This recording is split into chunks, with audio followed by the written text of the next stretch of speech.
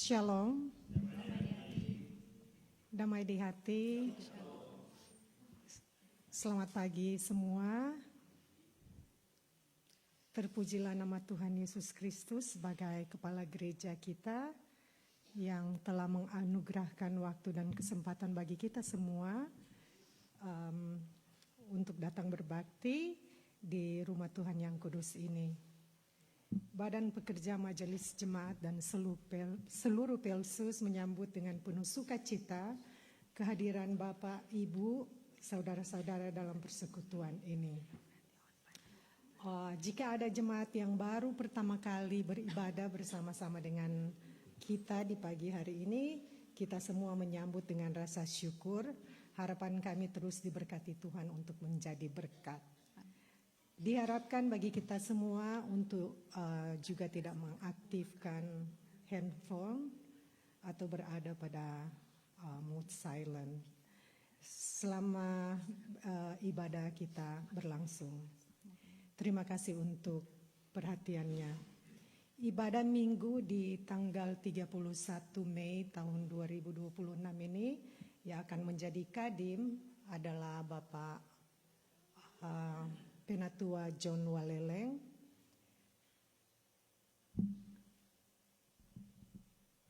Ya guys,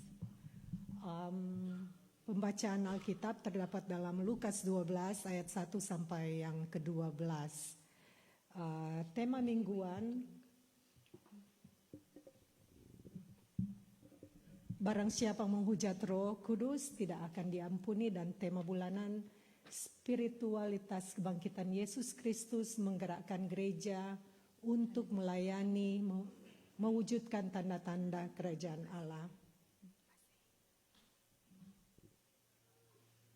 Jemaat, saya undang untuk bangkit berdiri dan kita akan menyanyi bersama-sama.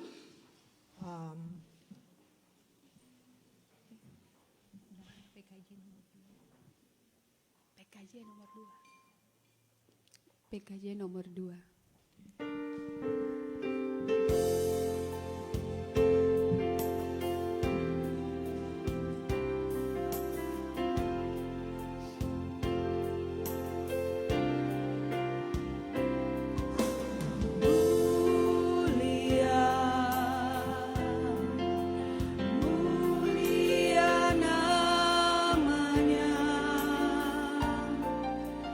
Bagi Yesus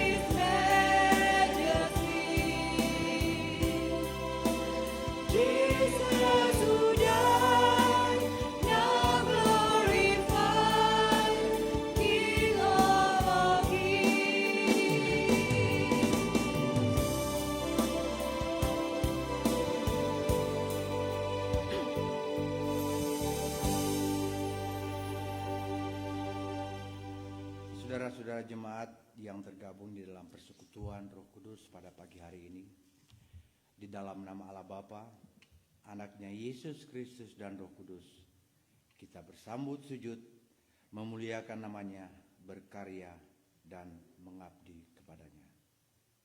Amin ya amin.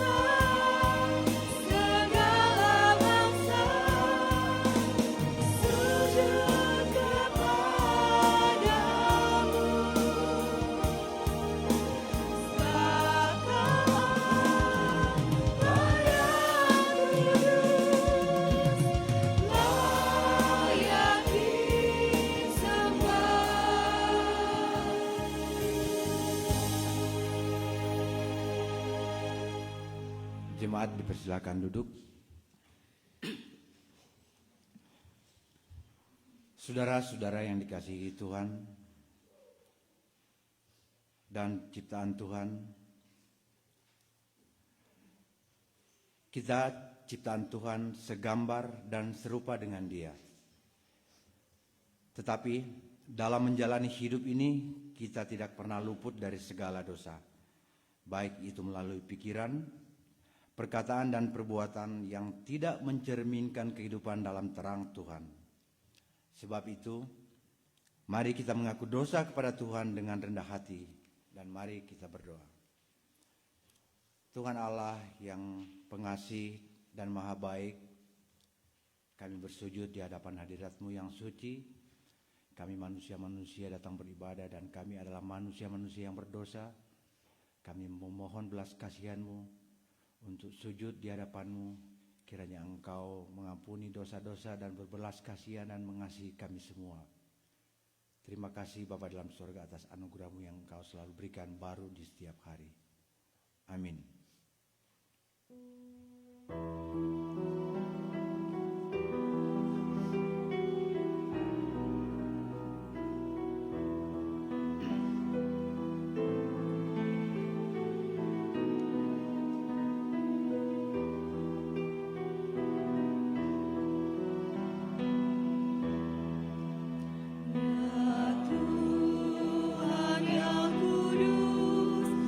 Kepadamu ku berdoa.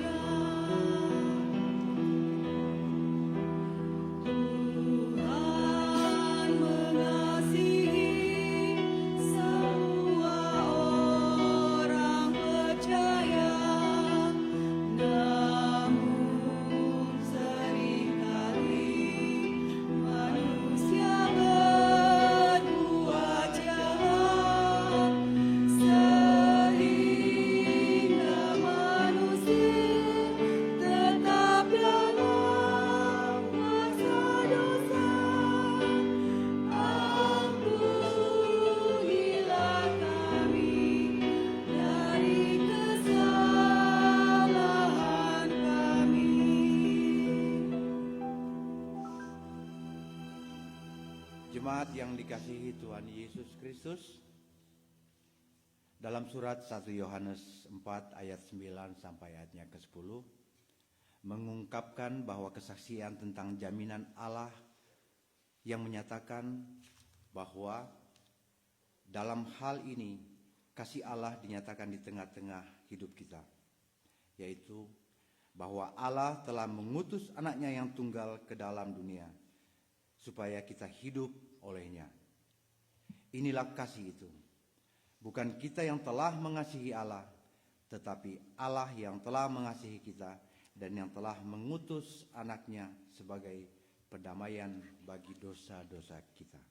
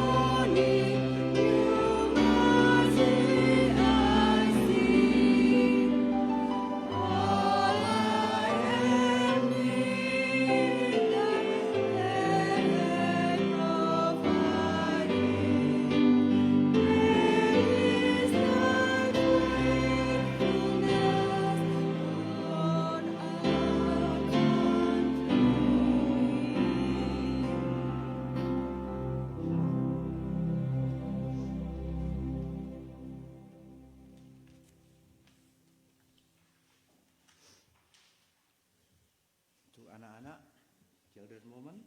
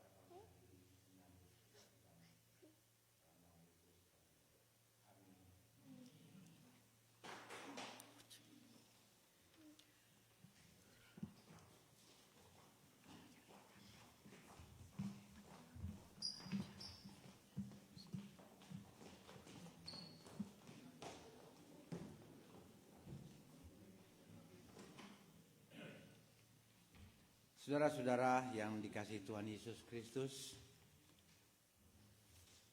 mari kita berdoa untuk minta tuntunan dari Roh Kudus sebelum kita membaca Alkitab dan merenungkan dengan singkat pada pagi hari ini. Mari kita mohon tuntunan dari Roh Kudus. Ketika Engkau memberikan waktu kepada kami pada pagi hari ini, Tuhan Allah, berarti kami yakin dan percaya bahwa Engkau menyayangi kami semua. Dan Engkau juga memberikan waktu kepada kami pada pagi hari ini untuk mempersiapkan kehidupan dan penghidupan kami untuk mendengarkan firman-Mu, menjadi suatu pedoman kami, untuk menjadi suatu landasan kehidupan yang baik, untuk mendapatkan suatu kehidupan yang lebih baik lagi. Terima kasih Bapa di dalam surga, siapkan hati kami masing-masing, terutama hamba-Mu yang akan menyampaikan firman-Mu, jemaat yang telah siap, ruangan yang ada dan semua peralatan yang ada, kiranya Engkau urap dengan Roh Kudus, semuanya kami pakai untuk hormat dan kemuliaan nama-Mu. Terima kasih Bapa, kami siap mendengarkan firman-Mu. Amin.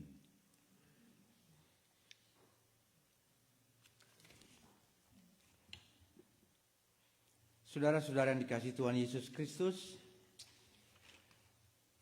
pembacaan kita pada pagi hari ini sesuai dengan program dari Sinode terdapat dalam Lukas 12 ayat 1 sampai 12. Lukas 12 ayat 1 sampai 12, dan seperti biasanya kita akan membacakan berbalas-balasan. Saya akan membacakan ayat pertama, berikut jemaat yang kedua, dan terakhir kita akan membacakan bersama-sama.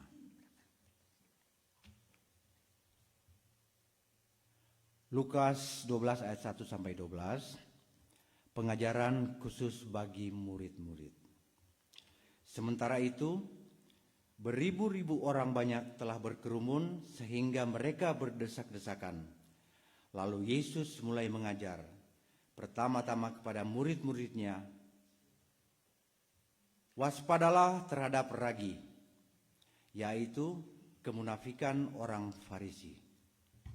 Tidak ada sesuatu pun yang tertutup yang tidak akan dibuka, dan tidak ada sesuatu pun yang tersembunyi yang tidak akan diketahui.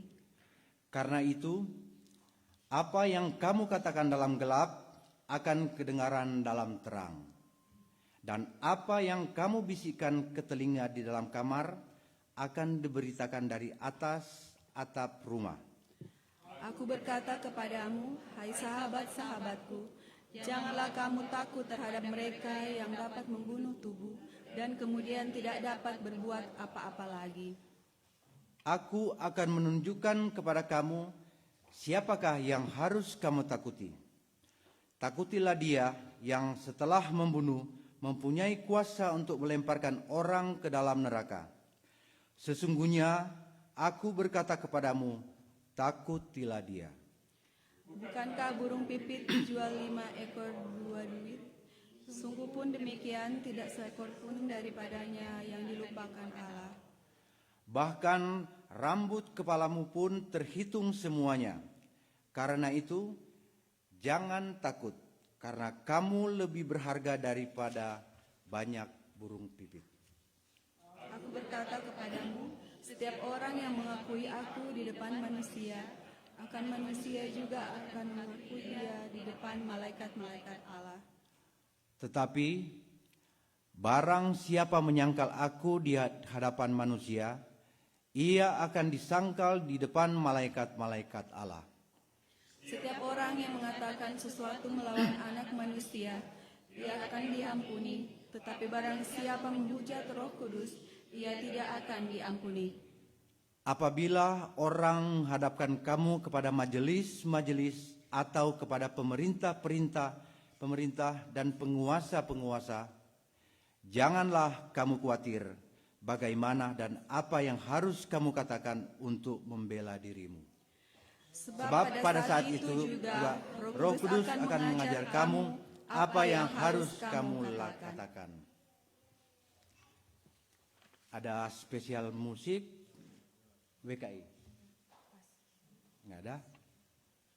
Kalau udah ada, solo Jo. Siapa yang suka buat solo? Tunggu, kita pilih. Kita boleh pilih? Ada Musafir Idol? Oh ada kok ya. boleh menyanyikan satu lagu atau duet Cari Tamang. Mari kita memuji Tuhan dengan suara dari Musafir Idol. Mewakili WKI boleh juga.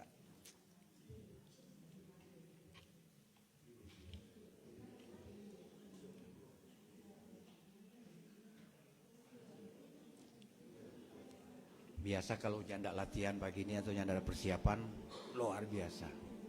Biasanya.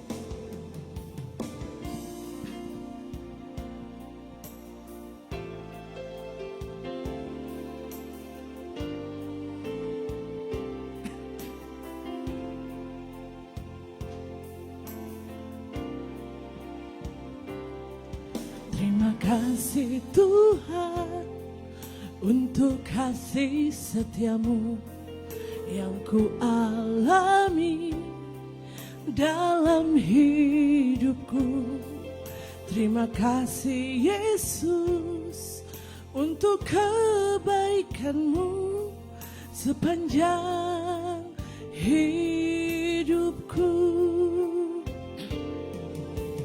Terima kasih Yesusku buat anugerah yang kau beri, sebab hari ini Tuhan adakan syukur bagimu.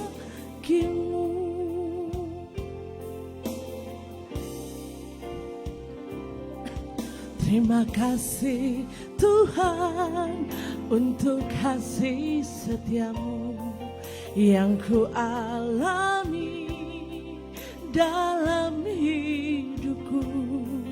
Terima kasih Yesus untuk kebaikanmu sepanjang hidupku. Terima kasih Yesusku buat anugerah yang kau beri, sebab hari ini Tuhan adakan syukur bagimu.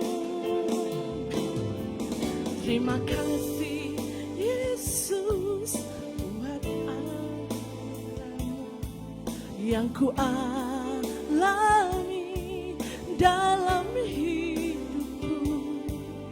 Terima kasih Yesus untuk kebaikan-Mu sepanjang hidupku. Terima kasih Yesusku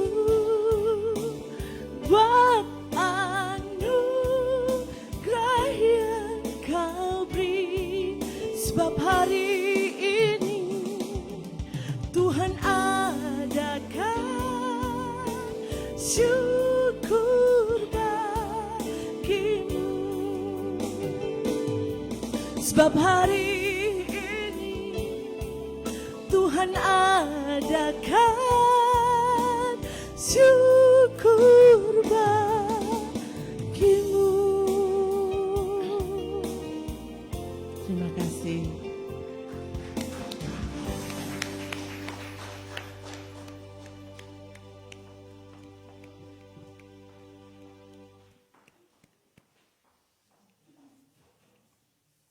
Terima kasih puji-pujiannya dari Musafir Idol. Waktu Badiri tadi bilang, pena ini tadi malam yang tadi pagi dah baku dapanya ndak bilang mau nyanyi. Mari kita dapat makan, tadi kita ada buka mulut toh. Ada duet tadi. Terima kasih pujiannya. Ada pertama akang, tadi kita dapat buka mulut. Saudara-saudara, shalom. Damai di hati. Bye-bye semua toh. Semulai panas begini, saudara-saudara kita, jemaat kita sebagian ada masuk di gereja Gemim Alfa Omega. Kita doakan semua supaya minggu depan orang boleh berkumpul lagi bersama-sama. Mari yang penting orang ada bye-bye semua. Puji Tuhan, Tuhan kasih berkat yang melimpah buat kita semua. Anugerah yang terbesar pada pagi hari ini. Bisa berkumpul, bisa beribadah, bisa menerima firman Tuhan, dan bisa merencanakan kehidupan dengan baik dengan pertolongan Roh Kudus. Karena tema orang pada pagi hari ini Roh Kudus. So 2 minggu ini tema sebagai Roh Kudus, ketuaan Roh Kudus, dan hari ini DP judul oleh Sinode bilang DP judul barang siapa menghujat Roh Kudus tidak akan diampuni. Setuju toh? Saudara-saudara,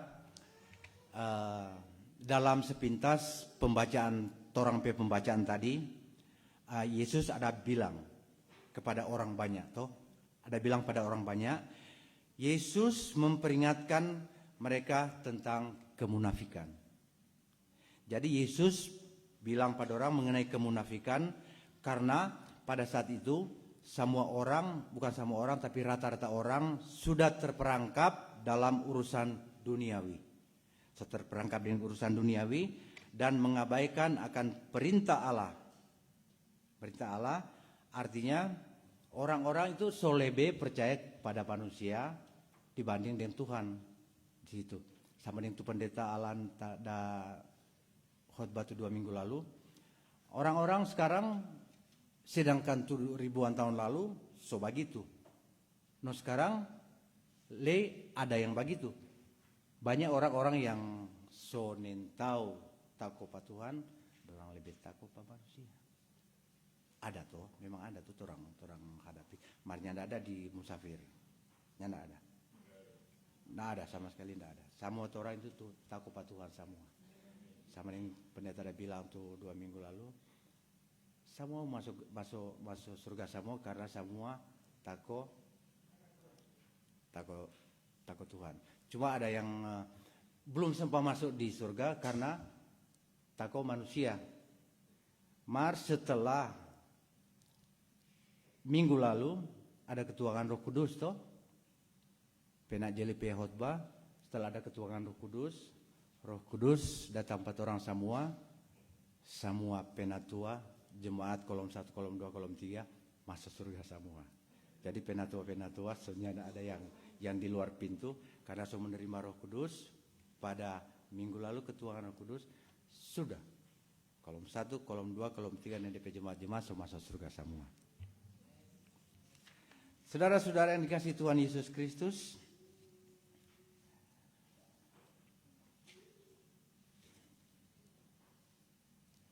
itu di perjanjian lama orang make sure lagi, bukan make sure lagi, mungkin ada yang sudah tahu marso lupa. Karena ini menghujat Roh Kudus nyanda ada ampun. Jadi orang betul pahami dulu apa itu karya Roh Kudus. Apa itu karya Roh Kudus? Bagaimana dia bekerja? Siapa tuh yang ada Roh Kudus semua? Masuk 4 orang semua atau bagaimana? Bahwa peran Roh Kudus itu adalah 4 orang semua adalah penghibur dan penolong. Iya toh? Roh Kudus adalah penghibur dan penolong. Penuntun kebenaran. Artinya dia memimpin orang percaya untuk memahami dan mengimplikasikan firman Tuhan dalam kehidupan sehari-hari. Dan Roh Kudus itu adalah sumber kuasa. Dan dalam perjanjian lama, Roh Kudus berkarya dengan memberikan hikmat dan kuasa kepada para nabi. Dan di perjanjian baru, Roh Kudus turun secara nyata pada hari Pentakosta. Tuh khotbah minggu lalu tuh. So turun secara nyata pada hari Pentakosta. Dan sejak saat itu berdiam di dalam setiap orang yang menerima Yesus sebagai juru selamat kita.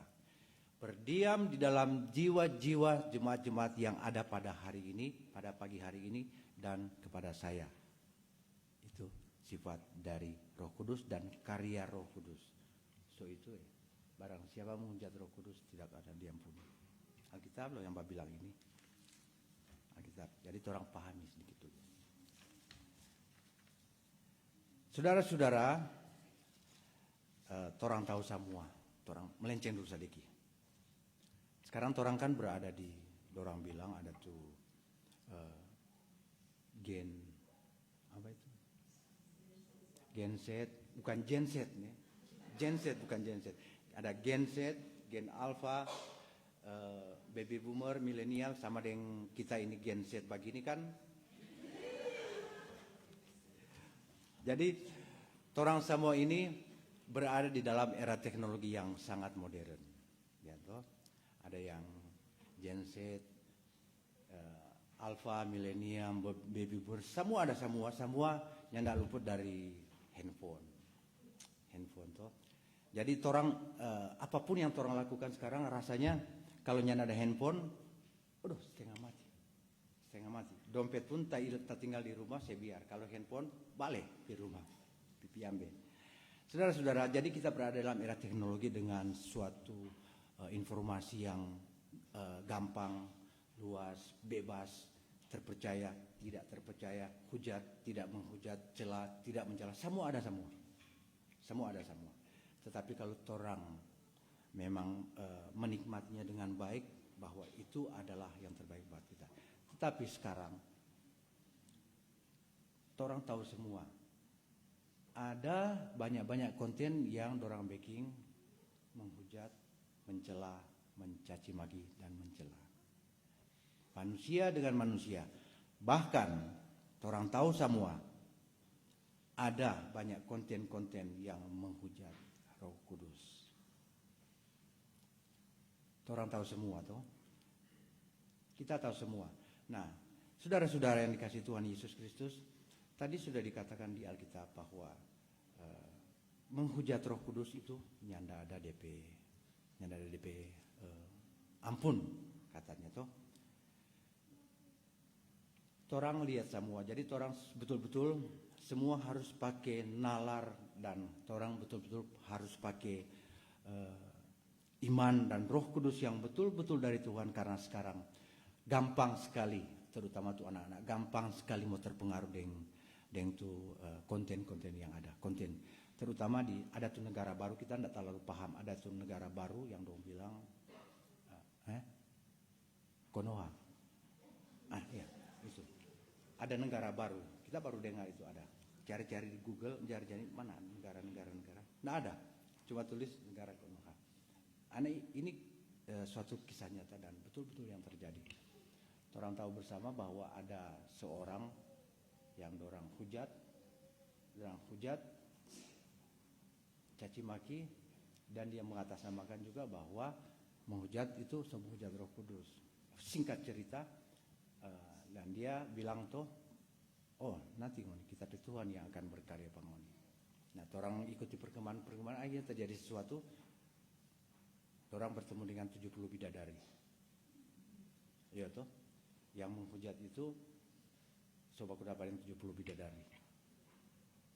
Nah, itu yang paling kita semua takuti, karena hal-hal serupa itu terjadi di media sosial dengan era teknologi yang ada.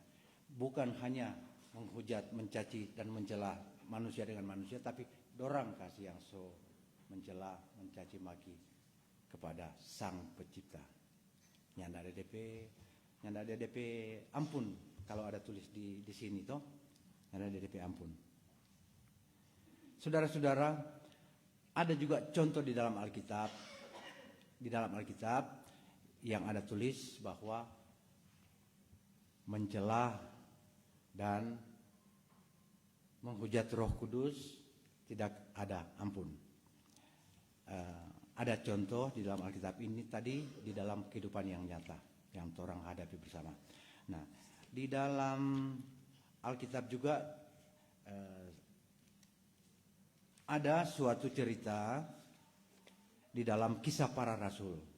Kisah Para Rasul itu menceritakan tentang suami istri Ananias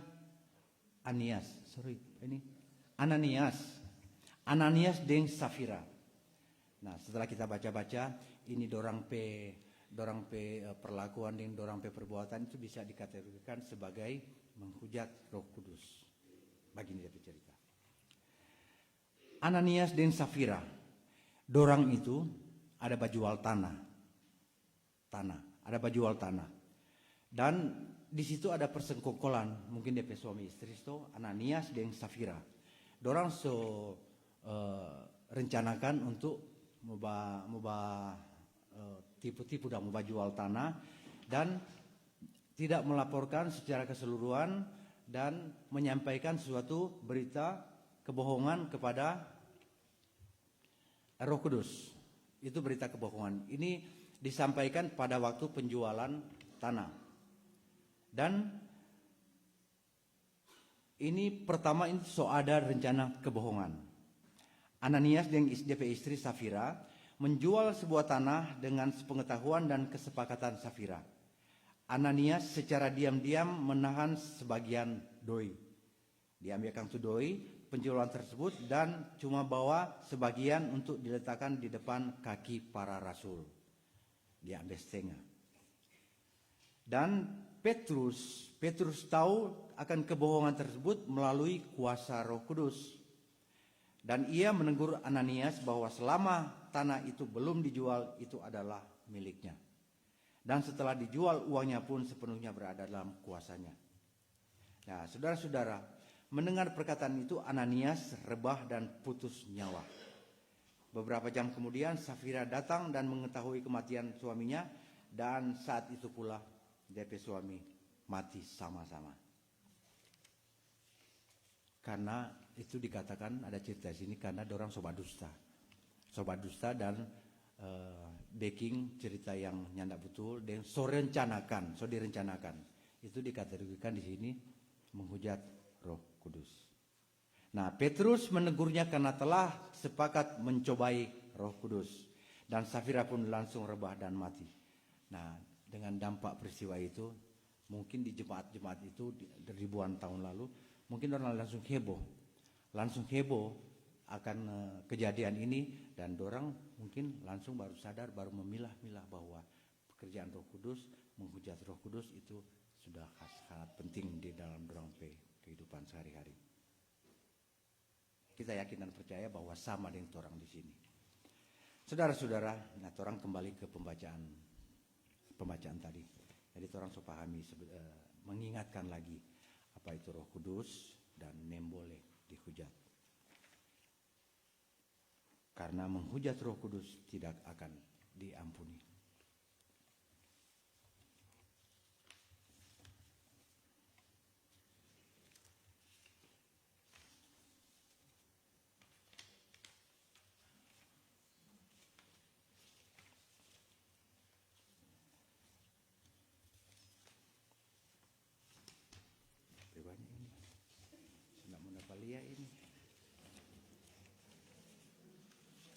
Banyak sudah print ini soalnya.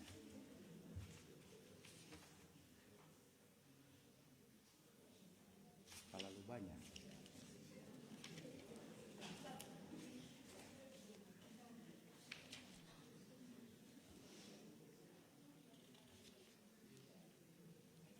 Jadi saudara-saudara, dikatakan bahwa menghujat Roh Kudus menurut Alkitab ini ya, orang dengar semua. menghujat Roh Kudus menurut Alkitab adalah penolakan yang disengaja. Penolakan yang disengaja terus-menerus terhadap karya Allah. Dan ini adalah sikap keras hati yang menolak untuk bertobat. Jadi, menghujat Roh Kudus adalah penolakan yang disengaja dan terus-menerus terhadap karya Allah. Dan ini adalah sikap keras hati yang menolak untuk bertobat. Dan dosa ini bersifat tidak bisa diampuni dan bersifat sesuatu hal yang kebodohan bagi kita manusia. Karena orang so tahu sama kita orang mau beki. Ya toh. Jadi saudara-saudara yang dikasihi Tuhan Yesus, peringatan tentang penghujatan Roh Kudus muncul dalam rangkaian pengajaran tentang kemunafikan. Keberanian mengakui Kristus takut akan Allah adalah kesetiaan dan kesaksian. Yesus tidak sedang berbicara kepada orang-orang yang dengan rendah hati ingin bertobat pada waktu itu, melainkan memperingatkan orang yang tahu kebenaran tetapi tetap mengeraskan hati. Dan makna tema ini sangat dalam, saudara-saudara. Karena barang siapa menghujat Roh Kudus tidak akan diampuni. Bukan berarti Allah kekurangan kasih atau tidak mampu mengampuni. Allah adalah Allah yang penuh rahmat dan pengampunan.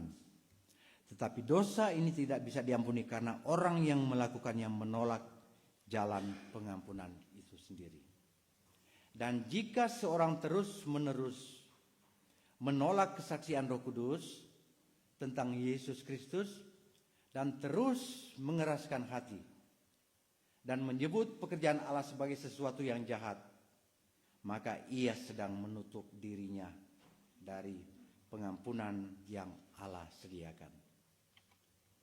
Dengan kata lain, bahwa masalahnya bukan karena pengampunan Allah yang kurang besar, tetapi karena hati manusia menolak untuk menerima pengampunan itu. Ini seperti seseorang yang sakit parah, tetapi dia menolak kesembuhan. Dia sakit parah, orang sakit parah, mar tolak tuh kesembuhan. So kasih obat, barang mau minum tuh obat. Itu yang sederhana sekali buat orang kehidupan sehari-hari. Menolak kesembuhan dan menolak keselamatan. Saudara-saudara, sama dengan obat itu so tersedia tetapi tidak mau menerimanya. Demikian juga dengan pengampunan yang Tuhan berikan so tersedia dalam Kristus. Tetapi orang yang menghujat Roh Kudus menolak Kristus yang disaksikan oleh Roh Kudus. Saudara-saudara yang dikasihi Tuhan Yesus Kristus, secara gampang itu DP firman tadi kita bisa simpulkan bahwa Tuhan Yesus mengajarkan murid-muridnya untuk waspada terhadap kemunafikan. Itu di dalam perbacaan tadi toh. Dan pengajaran ini juga untuk setiap orang percaya selaku gereja masa kini. Dan banyak bentuk kepura-puraan saat ini, mulu manis, penipuan, tawaran, godaan, ajaran untuk penyesatan, mencaci maki, celah dan lain-lain. Karena itu, mari orang waspada. Orang waspada semua. Orang sendiri, keluarga, anak-anak, siapapun orang waspada. Karena dalam kuasa Yesus Kristus semuanya itu adalah bentuk kemunafikan. Tipu, pura-pura, tidak tulus, akan dibuka semua. Karena setiap orang yang tidak percaya dan menolak kasih karunia Yesus Kristus akan dipermalukan. Sambil tadi ada tuh yang di negara itu dihujat dan dia bilang nanti Tuhan Yesus akan permalukan pangoni. Dan terbukti kalau menurut kita sih itu terbukti. Tuhan Yesus mempermalukan dan akhirnya mereka yang menghujat sebab dapat yang 70 bidadari. Saudara-saudara yang dikasihi Tuhan Yesus Kristus, kembali lagi kita pembacaan tadi bahwa dalam kehidupan kita sehari-hari bahwa kuasa, jabatan, harta, uang, fitnah dapat menjatuhkan martabat dan harga diri orang semua. Tetapi tangan Tuhan Allah yang kuat tidak akan membiarkan orang percaya jatuh tergeletak. Karena burung pipit pun berharga di mata Tuhan Allah, apalagi orang yang percaya kepadanya lebih berharga, saudara-saudara. Karena itu di ayat ini dia bilang, jangan ngoni khawatir. Saudara-saudara, menyangkal Tuhan Yesus karena belum paham tentang Dia, yang sesungguhnya seperti Petrus menyangkal Yesus sampai 3 kali, dia diampuni. Seperti ucapan Yesus di kayu salib, ampuni karena mereka tidak tahu apa yang mereka perbuat. Juga itu ada di Lukas 23 ayat 34. Jika torang menghujat Roh Kudus, nyanda ada kasih yang dia ampun. Nyanda ada kasih yang dia ampun. Ini firman Tuhan yang bilang. Saudara-saudara yang dikasihi Tuhan Yesus Kristus, jadi peringatan tentang penghujatan Roh Kudus harus dipahami dengan benar. Torang harus pahami dengan benar. Secara singkat tadi dalam pembacaan, torang harus pahami dengan benar. Karena menghujat Roh Kudus bukan sekedar pernah berkata salah dalam kelemahan, bukan sekedar pernah jatuh dalam dosa lalu menyesal, dan bukan kegagalan orang percaya yang datang kembali kepada Tuhan. Karena menghujat Roh Kudus adalah sikap hati yang terus-menerus secara sadar dan keras menolak pekerjaan dan karya Tuhan. Karena Roh Kudus yang menyaksikan Kristus dan memanggil manusia kepada pertobatan torang semua. Dosa ini tidak diampuni bukan karena Allah tidak sanggup mengampuni, tetapi karena orang itu menolak jalan pengampunan yang Allah sediakan. Karena itu saudara-saudara, jika hari ini torang pe hati masih merasa tertusuk, tak cucu dengan firman Tuhan, nah berarti torang masih ingin kembali pada Tuhan. Sekali lagi, karena jika hari ini kita masih merasa tertusuk oleh firman Tuhan, dan jika kita masih menyesali karena dosa, dan jika kita masih ingin kembali kepada Tuhan, dan jika masih rindu dipulihkan, maka jangan putus asa. Masih ada jalan dan masih Tuhan menunggu pada orang semua. Orang minum tuh obat, masih ada tuh obat untuk penyembuhan. Orang pakai Roh Kudus untuk penyelamatan orang semua. Ada semua tersedia. Jangan orang kasih biar. Dan semuanya itu adalah tanda bahwa Roh Kudus masih bekerja di dalam hati orang semua. Datanglah pada Tuhan, akuilah dosa dan bertobatlah. Orang terima pengampunan Allah di dalam Kristus. Tuhan tidak menolak orang yang datang kepadanya dengan hati yang rendah dan hancur.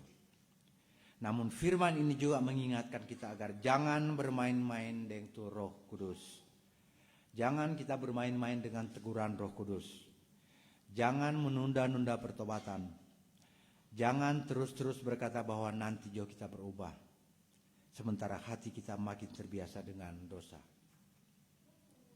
Jangan membenarkan kesalahan hanya karena kita tidak mau kehilangan kenyamanan.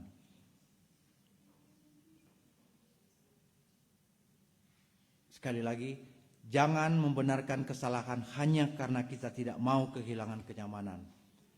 Itu tadi Jangan orang hanya memuji-muji orang dan melupakan Tuhan karena kehormatan. Jangan itu. Di negara itu banyak yang di negara-negara baru itu yang orang sementara lihat di banyak jalur di konten toh. Banyak jalur di konten, banyak sekali juga begitu. Jangan seperti itu. Jangan menolak firman hanya karena firman itu menegur kehidupan kita. Jangan dan amin. Tuhan memberkati kita semua.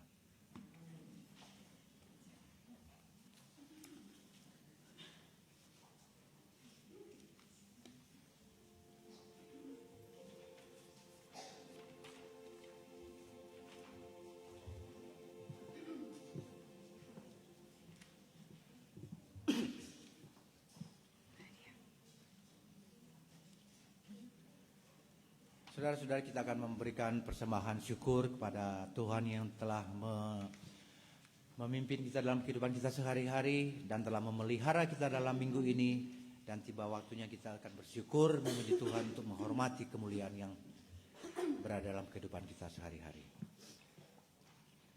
Berilah yang baik sebagai ungkapan syukur kita sambil mengingat bahwa pemberian ini akan dimanfaatkan bagi kesaksian dan pelayanan gereja kepada dunia. Dengarkanlah firman-Nya. Sebab segala sesuatu adalah dari Dia dan oleh Dia dan kepada Dia. Bagi Dialah kemuliaan sampai selama-lamanya. Roma 11 ayat 36.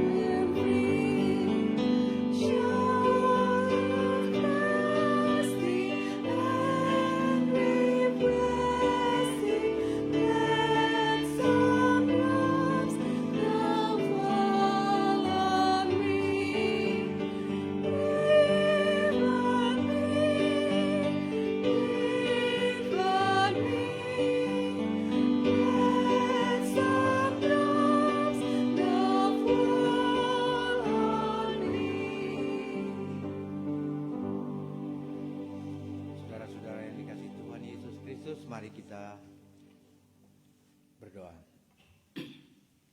Segala puji syukur kami sampaikan kehadirat-Mu yang kudus, Tuhan Allah Bapa dalam surga, yang punya kehidupan kami, yang selalu mengajarkan kami taat di tengah-tengah ketidaktaatan kami. Tuhan Allah Bapa dalam surga, terima kasih atas firman-Mu yang telah mendapatkan tempat istimewa dalam hati kami masing-masing. Dan kami yakin dan percaya Engkau memberikan kekuatan dan kemampuan untuk menjalankan semuanya itu dalam kehidupan kami sehari-hari sebagai anak, orang tua, ayah dan ibu, opa dan oma.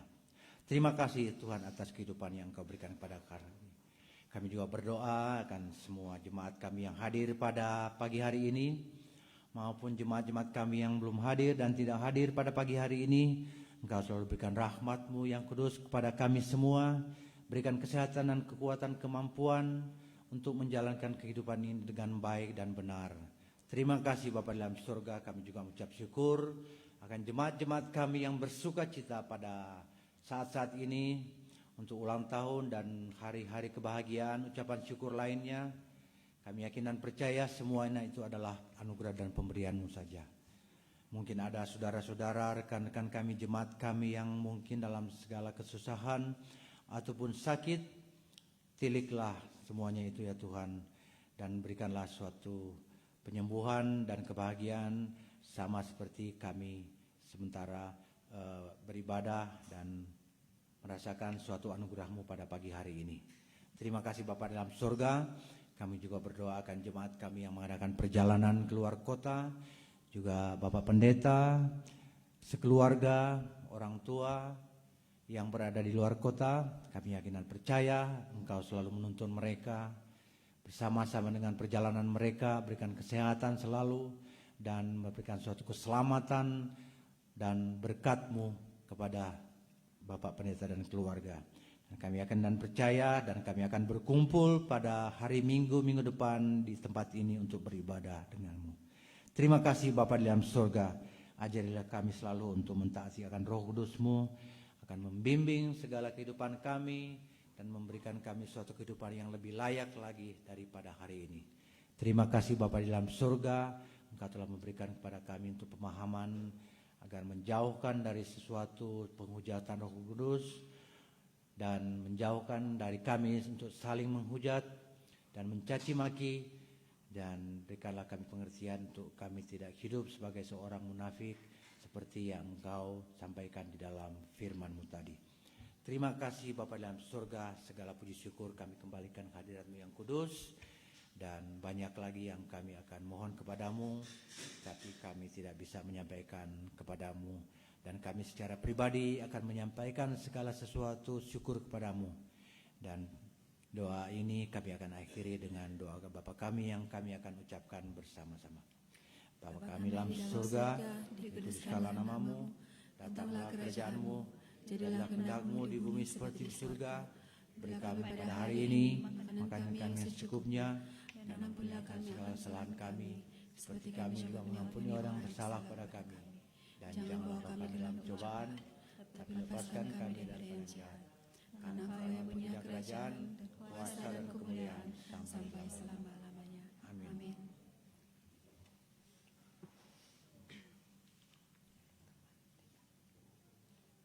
Jemaat diundang untuk bangkit berdiri.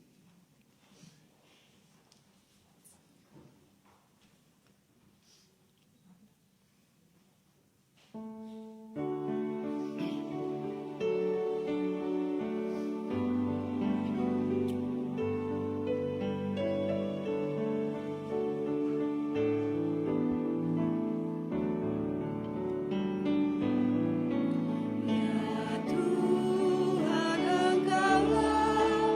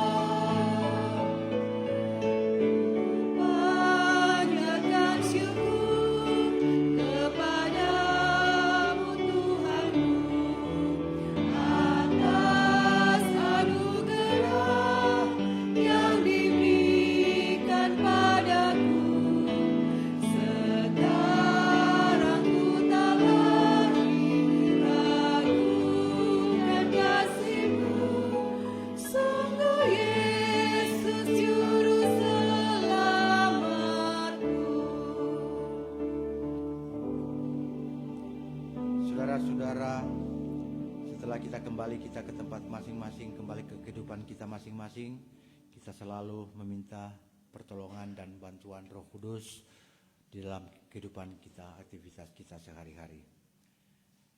Mari kita menerima berkat. Saudara-saudara, dalam menjalani hari-hari hidup ke depan, dengarkanlah ungkapan firman dalam kitab Ulangan 31 ayat 6 tertulis. Kuatkan dan teguhkan hatimu, janganlah takut dan jangan gentar karena mereka, sebab Tuhan Allahmu, Dialah yang berjalan menyertai engkau. Ia tidak akan membiarkan engkau dan tidak akan meninggalkan engkau. Pergilah dengan selamat dan terima berkat Tuhan. Kasih Tuhan menghantar kamu semua untuk lebih dekat kepadanya. Kekuatan dari Tuhan menguatkan kamu semua di dalam pekerjaannya. Sukacita Kristus mengisi roh kamu dan diam di dalam kamu sekalian, sekarang ini dan selama-lamanya.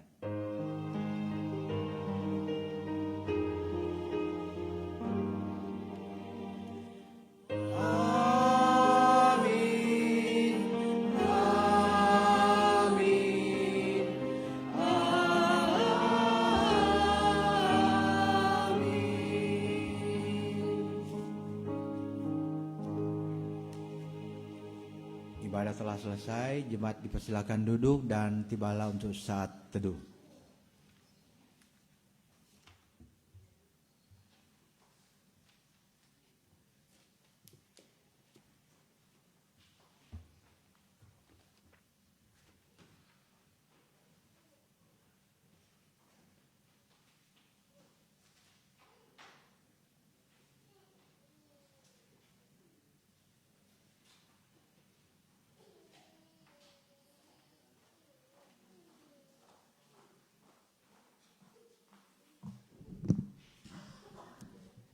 Shalom.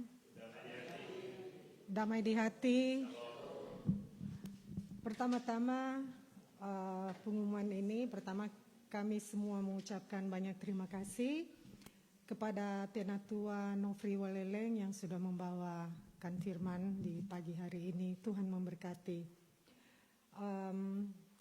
Kemudian terima kasih juga kepada tim multimedia, Bapak Gari, Fabio, dan Bapak Yandri. Terima kasih juga kepada tim musik, Bapak Dance, kemudian Prokantor, Ibu Vivin dan Yunita Rako. Kostor of the Month, Bapak Almitore dan Pelsus of the Month, Bipra. Terima kasih untuk sumbangan lagu dari Ibu Angel. Tuhan memberkati. Untuk ibadah di minggu hari ini tidak ada, dan kalau ada mungkin jemaat yang baru pertama kali datang berkunjung, boleh berdiri dan memperkenalkan diri. Ada mungkin yang masih baru. Saya lihat di situ ada ibu yang masih, yang baru kali ini datang, boleh memperkenalkan diri. Mungkin Bapak boleh datang Batamang Akang supaya nggak terlalu gugup.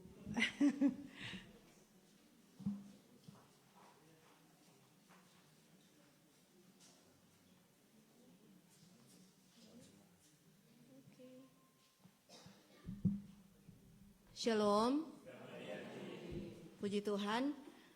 Perkenalkan, nama saya Christine Emor, keluarga Kumolontang Emor. Ini suami saya, Bapak Jekrin.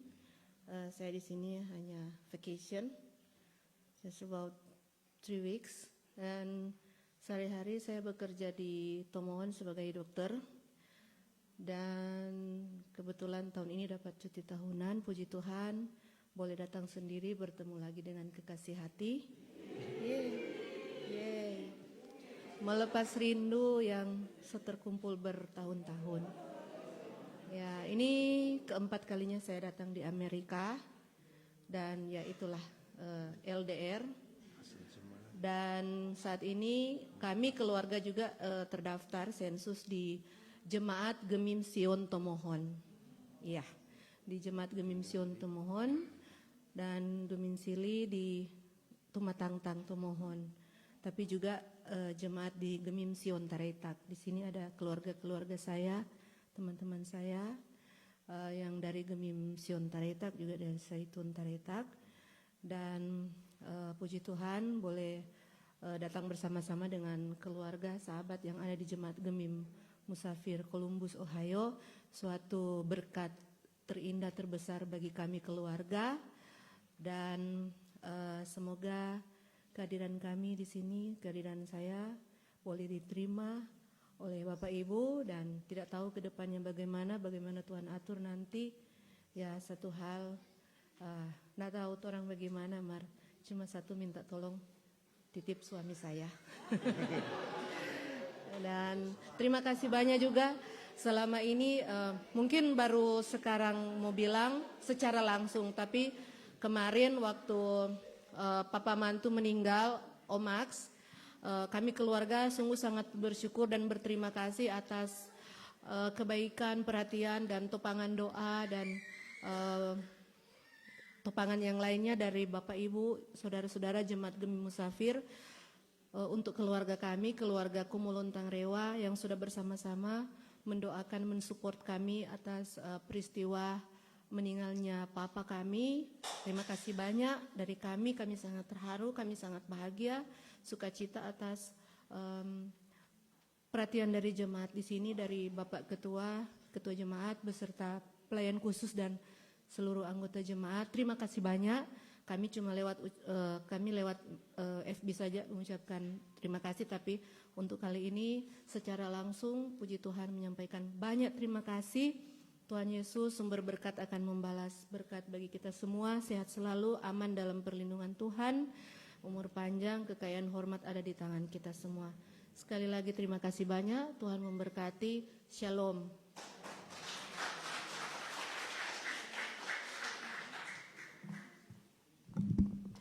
Terima kasih untuk Ibu Dokter yang boleh bersama-sama dengan torang di pagi hari ini beribadah bersama-sama.